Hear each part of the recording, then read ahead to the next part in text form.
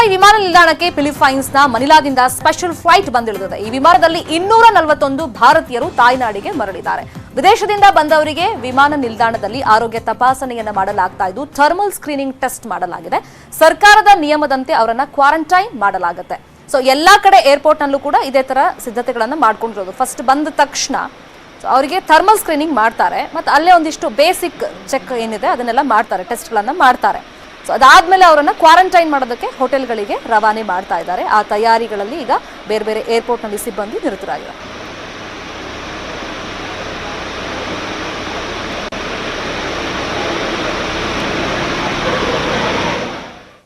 ಒಂದು ಆತಂಕ ಏನು ಅಂತಂದ್ರೆ, ಈಗ ದಿನ ಕಳೆದಂತೆ ನಮ್ಮ ರಾಜ್ಯ ಇರ್ಬೋದು, ನಮ್ಮ ದೇಶದಲ್ಲಿ ಸೋಂಕಿತರ ಲೆಕ್ಕ ಜಾಸ್ತಿ ಆಗ್ತಾ ಇದೆ. ಹಾಗಾಗಿ ಲಾಕ್ ಡೌನ್ ಕಂಟಿನ್ಯೂ ಮಾಡಬೇಕಾ ಬೇಡವಾ ಈ ವಿಚಾರವಾಗಿ ಇವತ್ತು ಮಹತ್ವದ ಸಭೆ ಇದೆ, ನಿರ್ಧಾರವಾಗುವಂತ ಚಾನ್ಸಸ್ ಇದೆ.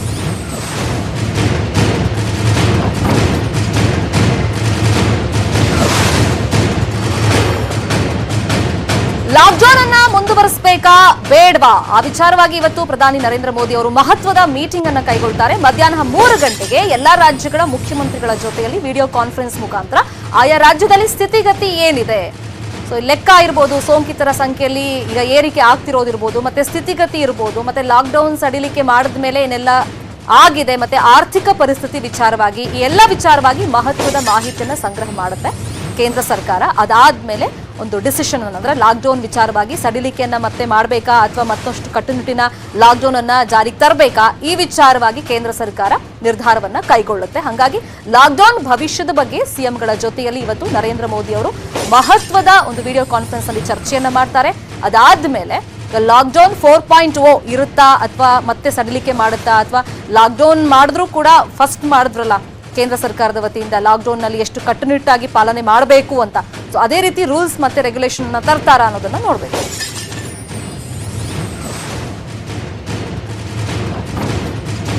ಇವತ್ತು ಮಹತ್ವದ ಒಂದು ಮೀಟಿಂಗ್ ಆಗುತ್ತೆ ವಿಡಿಯೋ ಕಾನ್ಫರೆನ್ಸ್ ನಲ್ಲಿ. ಮಧ್ಯಾಹ್ನ 3 ಗಂಟೆಗೆ ಬೇರೆ ಬೇರೆ ರಾಜ್ಯಗಳ ಮುಖ್ಯಮಂತ್ರಿಗಳ ಜೊತೆಯಲ್ಲಿ ಪ್ರಧಾನಿ ನರೇಂದ್ರ ಮೋದಿ ಅವರು ವಿಡಿಯೋ ಕಾನ್ಫರೆನ್ಸ್ ನಲ್ಲಿ ಮಾಹಿತಿಯನ್ನ ಕಲೆ ಹಾಕ್ತಾರೆ. ಅಂದ್ರೆ ಈ ಕೊರೋನಾ ವಿಚಾರವಾಗಿ ಆಗಿರುವಂತಹ ಸಾಧಕ ಬಾಧಕಗಳು, ಅದರ ಜೊತೆಯಲ್ಲಿ ನೆಕ್ಸ್ಟ್ ಲಾಕ್ಡೌನ್ ಕಂಟಿನ್ಯೂ ಮಾಡಬೇಕಾ ಬೇಡವಾ, ಕಂಟಿನ್ಯೂ ಮಾಡಿದ್ರೆ ಯಾವ ರೀತಿಯಾಗಿ ಮಾಡಬೇಕು, ರೆಡ್ ಝೋನ್ಗಳಲ್ಲಿ ಮತ್ತಷ್ಟು ಕಠಿಣ ಕ್ರಮ ಕೈಗೊಳ್ಳುವಂತ ಚಾನ್ಸಸ್ ಇದೆ ಅಂತ ಈಗ ನಮಗೆ ಗೊತ್ತಾಗ್ತಿರೋದು. ಬಟ್ 3 ಗಂಟೆಯಿಂದ 5:15 ತನಕ ಒಂದು ವಿಡಿಯೋ ಕಾನ್ಫರೆನ್ಸ್ ಆಗುತ್ತೆ. ಅದು ಮುಗಿದ್ಮೇಲೆ ಮತ್ತೊಂದು ವಿಡಿಯೋ ಕಾನ್ಫರೆನ್ಸ್ ಆಗುತ್ತೆ. ಅದಾದ್ಮೇಲೆ ಲಾಕ್ಡೌನ್ ಭವಿಷ್ಯ ನಿರ್ಧಾರವಾಗುವಂತ ಚಾನ್ಸಸ್ ಇದೆ. ಇದೇ ವಿಚಾರವಾಗಿ ಮತ್ತಷ್ಟು ಮಾಹಿತಿಯನ್ನು ಕೊಡ್ತಾರೆ. ಫೋನ್ ಸಂಪರ್ಕದಲ್ಲಿ ಜಾಯಿನ್ ಆಗಿದ್ದಾರೆ ನಮ್ಮ ನವದೆಹಲಿ ರಿಪೋರ್ಟರ್ ಧರಣೇಶ್. ಒಂದಿಷ್ಟು ವಿಚಾರವಾಗಿ ಲಾಕ್ಡೌನ್ ಭವಿಷ್ಯದ ಬಗ್ಗೆ ಚರ್ಚೆಗಳು ಈಗ ಜನಸಾಮಾನ್ಯರು ಮಾಡ್ತಾ ಇದ್ದಾರೆ. ಬಟ್ ಕೇಂದ್ರದ ವ್ಯಾಪ್ತಿಯಲ್ಲಿ ಈಗ ಏನೆಲ್ಲ ಮಾಹಿತಿ ಕಲೆಕ್ಟ್ ಮಾಡಿಕೊಂಡು ಏನ್ ಮಾಡಬೇಕು, ಹಂಗಾದ್ರೆ ಈಗ ಲಾಕ್ಡೌನ್ ಇನ್ ಫ್ಯೂಚರ್ ಹೆಂಗಿರುತ್ತೆ ಆ ವಿಚಾರವಾಗಿ ಏನೆಲ್ಲ ಚರ್ಚೆಗಳಾಗ್ತಾ ಇದೆ. ಈಗ ಮೇ 17ಕ್ಕೆ ಲಾಕ್ಡೌನ್ ಮುಗಿಯುತ್ತೆ. ಸೊ ಮುಂದೇನು ಅನ್ನುವಂತ ಪ್ರಶ್ನೆ ಸಹಜವಾಗಿ ಕೇಂದ್ರ ಸರ್ಕಾರಕ್ಕೆ, ರಾಜ್ಯ ಸರ್ಕಾರಗಳಿಗೆ, ಜನರಿಗೆ ಇದ್ದೇ ಇದೆ. ಹಾಗಾಗಿ ಏನ್ ಮಾಡ್ಬೇಕು, ಯಾವೆಲ್ಲ ವಿಷಯಗಳನ್ನ ಚರ್ಚೆ ಮಾಡ್ಬೇಕು, ಮತ್ತೆ ಯಾವೆಲ್ಲ ಮುನ್ನೆಚ್ಚರಿಕಾ ಕ್ರಮಗಳನ್ನ ಕೈಗೊಳ್ಬೇಕು ಅನ್ನುವಂತಹ ನಿಟ್ಟಿನಲ್ಲಿ ಇವತ್ತು ಪ್ರಧಾನಿ ನರೇಂದ್ರ ಮೋದಿ ಎಲ್ಲ ರಾಜ್ಯಗಳ ಮುಖ್ಯಮಂತ್ರಿಗಳ ಜೊತೆಗೆ ಮಧ್ಯಾಹ್ನ 3 ಗಂಟೆಗೆ ಸಭೆಯನ್ನ ಕರೆದಿದ್ದಾರೆ. ವಿಡಿಯೋ ಕಾನ್ಫರೆನ್ಸ್ ಮೂಲಕ ನಡೆಯುವಂತ ಈ ಸಭೆ 2 ಹಂತದಲ್ಲಿ, ಒಂದು 3 ಗಂಟೆಯಿಂದ 5:15 ಮತ್ತು 6 ಗಂಟೆಯಿಂದ ಅದು ಸಭೆ ಮುಗಿಯುವವರೆಗೆ, ಮೋಸ್ಟ್ಲಿ 9 ಗಂಟೆ ಆಗ್ಬೋದು ಅಂತ ಅನ್ಸುತ್ತೆ. ಅಷ್ಟು ಸುದೀರ್ಘವಾಗಿ ಸಮಾಲೋಚನೆಯನ್ನು ನಡೆಸಲಾಗುತ್ತೆ. ಕರೋನಾ ಹಿನ್ನೆಲೆಯಲ್ಲಿ ಒಂದು ಆಯಾಮ ಕರೋನಾ ಅಂದ್ರೆ ಅದನ್ನ ಯಾವ ರೀತಿ ತಡಿಬೇಕು, ಏನೆಲ್ಲ ಕ್ರಮವನ್ನು ತೆಗೆದುಕೊಳ್ಬೇಕು, ಯಾವೆಲ್ಲ ವೈದ್ಯಕೀಯ ಸೌಲಭ್ಯಗಳನ್ನ ಕಲ್ಪಿಸ್ಕೊಡ್ಬೇಕು, ಮತ್ತೆ ಇಲ್ಲಿವರೆಗೆ ಎಷ್ಟು ನಿಯಂತ್ರಣ ಆಗಿದೆ, ಯಾಕೆ ನಿಯಂತ್ರಣ ಆಗಿಲ್ಲ, ಮುಂದೇನ್ ಮಾಡ್ಬೇಕು ಅನ್ನುವಂತ ನಿಟ್ಟಿನಲ್ಲಿ ಚರ್ಚೆ ಆಗುತ್ತೆ.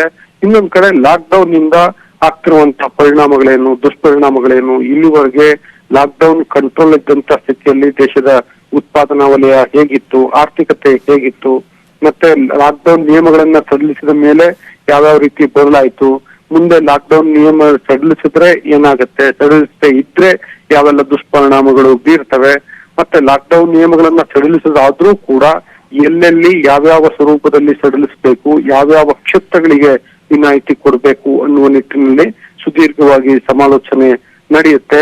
ಅದೇ ಕಾರಣಕ್ಕೋಸ್ಕರ ಇವತ್ತಿನ ಸಭೆಯಲ್ಲಿ ಕೇಂದ್ರದ ಗೃಹ ಸಚಿವ ಅಮಿತ್ ಶಾ, ಹಣಕಾಸು ಸಚಿವ ನಿರ್ಮಲಾ ಸೀತಾರಾಮನ್, ಆರೋಗ್ಯ ಸಚಿವ ಡಾಕ್ಟರ್ ಹರ್ಷವರ್ಧನ್ ಇರ್ತಾರೆ. ಅದೇ ರೀತಿ ರಾಜ್ಯಗಳಲ್ಲೂ ಕೂಡ ಆಯಾ ರಾಜ್ಯಗಳ ಗೃಹ ಸಚಿವರು, ಹಣಕಾಸು ಸಚಿವರು ಮತ್ತು ಆರೋಗ್ಯ ಸಚಿವರು ಇರ್ತಾರೆ. ಅವರೆಲ್ಲರೂ ಕೂಡ ಸಮಾಲೋಚನೆ ನಡೆಸ್ತಾರೆ. ಇನ್ನೊಂದು ನಿಟ್ಟಿನಲ್ಲಿ ನಮ್ಮ ಅಧಿಕಾರಿಗಳ ಕಡೆಯಿಂದ ಕೂಡ ಮಾಹಿತಿಯನ್ನ ತೆಗೆದುಕೊಳ್ತಾ ಇದೆ ಕೇಂದ್ರ ಸರ್ಕಾರ. ಓಕೆ, ಕಡೆಗೆ ಈ ಎಲ್ಲ ಮಾಹಿತಿಗಳನ್ನ ಕ್ರೋಢೀಕರಿಸಿ ಅಂತಿಮ ನಿರ್ಧಾರಕ್ಕೆ ಬರಲಾಗುತ್ತೆ. Sharmita, fine, thank you Dharanesh ತಮ್ಮ ಇನ್ಫಾರ್ಮೇಶನ್ಗೆ.